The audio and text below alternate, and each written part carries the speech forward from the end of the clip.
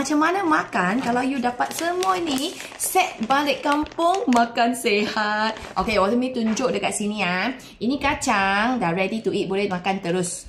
5 jenis ke kacang. Semua rangup-rangup sedap. Tapi ini bukan goreng-goreng beniam. Tak ada tepung-tepung. Tak ada minyak-minyak sebab dia tak ada goreng. Dia pakai lightly roasted. So kacang dia sedap. Tanpa bahan-bahan kimia. Tanpa gula. Tanpa trans fat. Tanpa kolesterol. So 5 jenis ke kacang ni bila-bila masa nak makan pun boleh. Macam kita driving. Tengah kereta boleh lah ngap-ngap-ngap macam ni. Kurangkan mengantuk-ngantuk kan. Sebab takutkan jam. Lepas tu korang akan dapat 2 bungkus ini ini kopi. Dalam dia ada 15 sachet. Okey, satu paket. So total sini dah 30 sachet. Okey. So korang lagi dapat satu black soy. Black soy ni dalam sebut 500 gram. Okey, 500 gram. So cara untuk minum dua-dua ni, korang boleh rujuk belakang packaging soy. Dia ada tunjuk apa air tak boleh pakai, apa air patut pakai, berapa sudu dengan air berapa. Bancuh soy 1 cawan macam ni.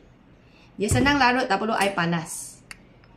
Ini ialah soy sahaja. So korang bolehlah minum soy tanpa gula, tanpa gluten, tanpa tepung, tanpa susu. Tapi berkhasiat lagi sedap, manis-manis manja, bau pandan-pandan. Macam ni, 1 cawan. Kalau korang suka kopi punya, korang juga boleh tambah soy ni dengan kopi sekali. So dia punya rasa akan jadi latte soy yang premium tanpa gula. Okay? So korang boleh tambah ni 1 sachet ataupun setengah sachet masuk ke dalam cawan sebut soy. Ni macam kira latte soy. Jadi tambah je air.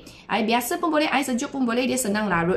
Kalau korang nak pekat, korang kurangkan air sikit. Dia akan jadi pekat, creamy, sedap. Okay, mai. Macam ni.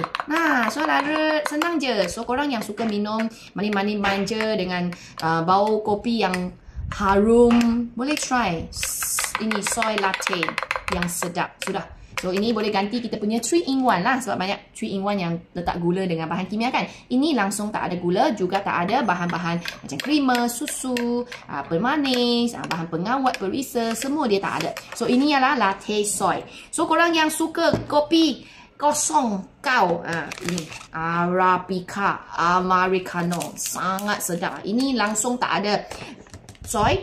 So dia tak creamy lah. So dia jadi kosong punya kopi Arabica yang sangat sedap. 1 sachet.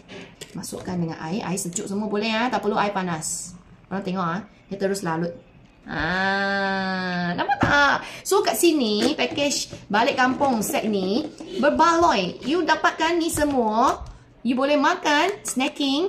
Minuman you boleh buat 3 jenis minuman. Semua ni tanpa gula, tanpa bahan kimia yang tak membebankan badan kita. Pada masa yang sama dia bagi kita banyak nutrisi, manfaat kesihatan.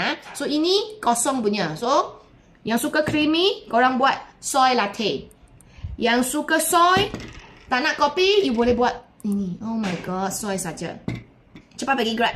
Harga sangat murah. Biasa kita bayar ini RM50, ini RM30 lebih, so RM80 lebih kan. Sekarang you tekan bako kuning, tengok harga you mesti terkejut punya. You dapat semua ini dengan harga berapa? Tengok dekat bako kuning. Crazy punya harga. Crazy. Cepat pergi order sebelum habis stok.